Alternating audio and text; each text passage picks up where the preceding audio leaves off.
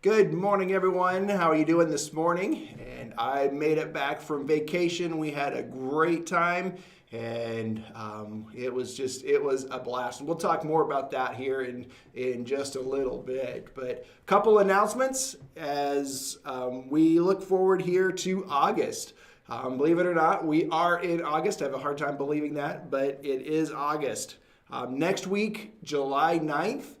Or not July, I just said we're in August, but August 9th is the Joy Agers Luncheon, and so that's next Tuesday. So those who are 55 and older can plan to come here for that luncheon.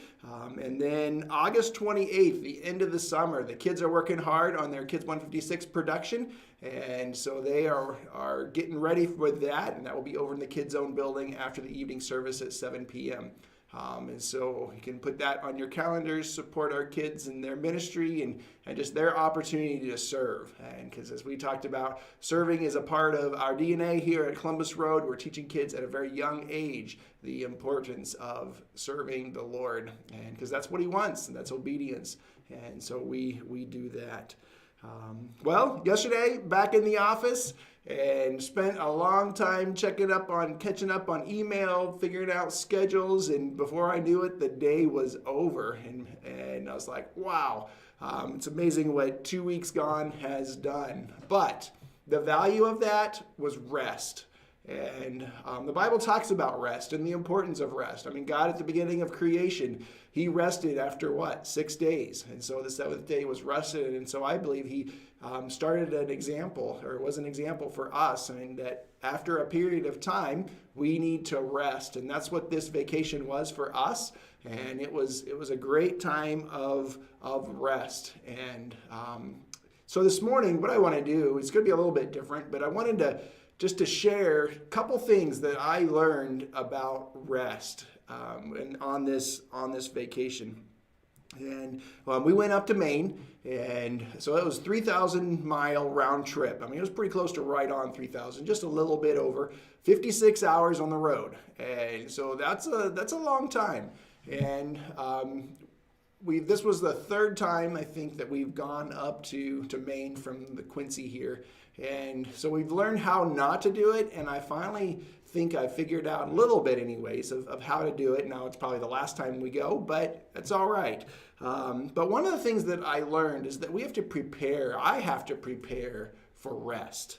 And so it's not just something that you can just go and you're going hard and then all of a sudden, boom, okay, it's time for vacation time. No, we have to prepare. Prepare for how you enter rest and prepare for how you exit rest.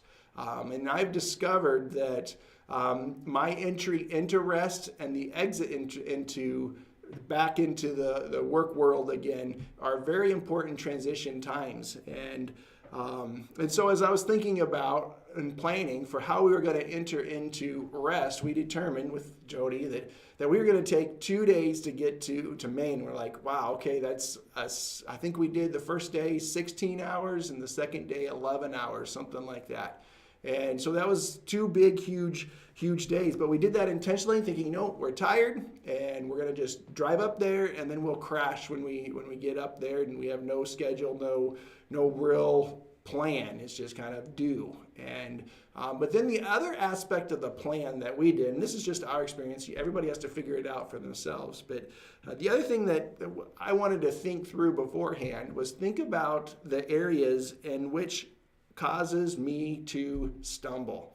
And so for me, in the driving in 2 days, of course, it's a pretty full day, and you have to keep going on the wheel and on the road. And so you have I need to stop at the restroom, or I'm hungry, or whatever. I mean, it's not bad. I mean, our family's not bad at all. But those things, or traffic that slows down or whatever. And so all those things that can get in the way of our crunched schedule to try to get to vacation, I knew would be a temptation point for me to be frustrated, or it would be a struggling point.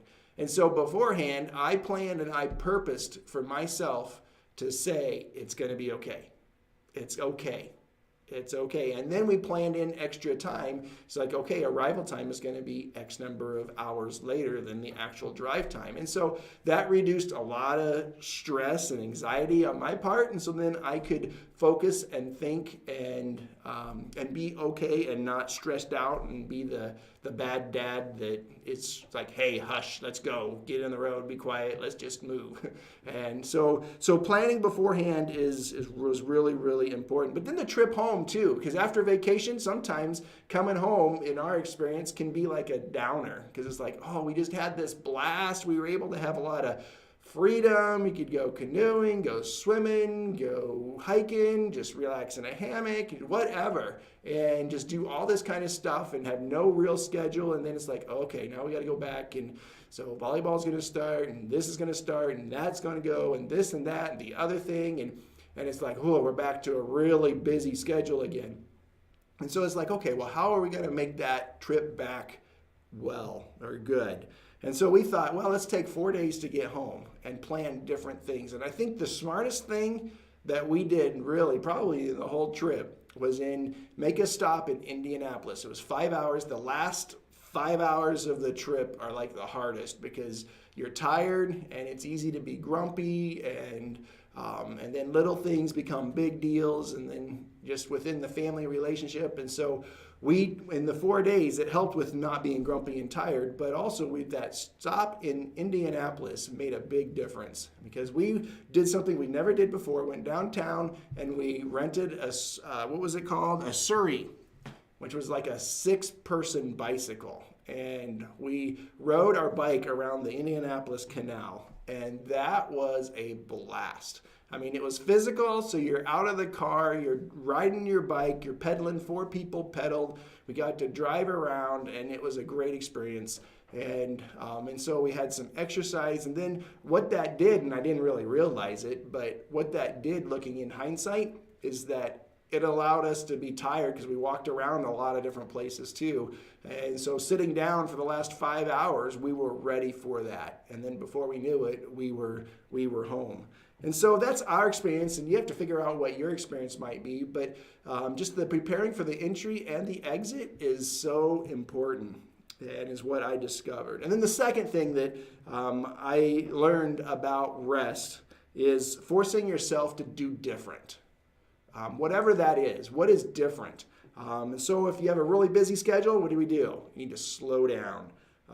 If you're always plugged in to electronics, then what do? Unplug.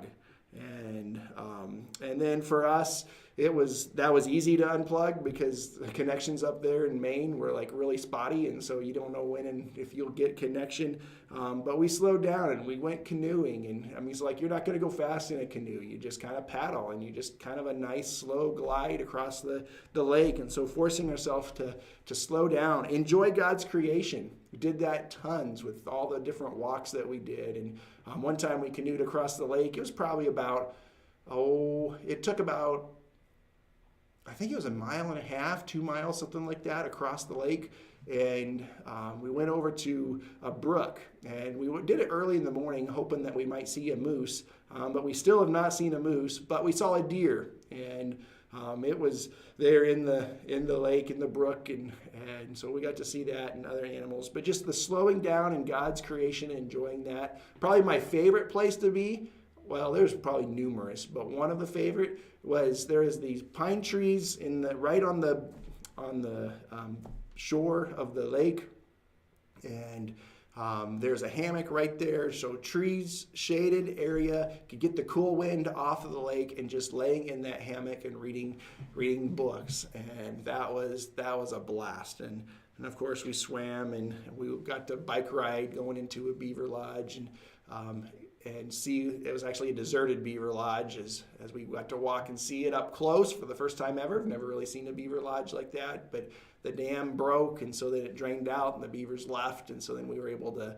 go in and look to see a little bit of how they lived. And so that was pretty cool. So the point is, the thing that I learned is make sure that we force ourselves to do different.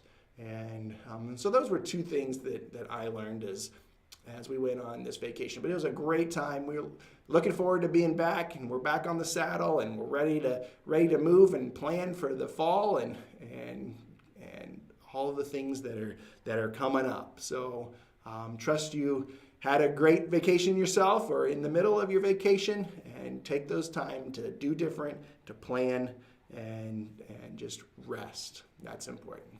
Thanks.